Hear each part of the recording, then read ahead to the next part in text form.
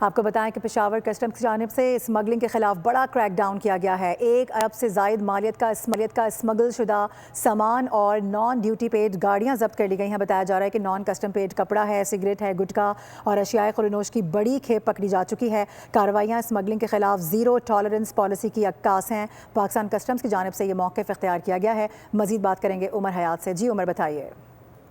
جی بالکل، Peshawar customs enforcement نے smuggling کے خلاف بڑا کریک ڈاؤن کیا ہے اور 1 ارب 16 کروڑ 30 لاکھ روپے جو ہے مالیت کا اسمگل شدہ سامان اور نان ڈیوٹی پیڈ گاڑیاں ضبط کی گئی ہیں۔ انٹیلیجنس پر مبنی کارروائیوں کے نتیجے میں گزشتہ 2 ہفتوں کے دوران اربوں روپے مالیت کی اسمگل شدہ اشیاء جو ہے وہ برآمد کی گئی۔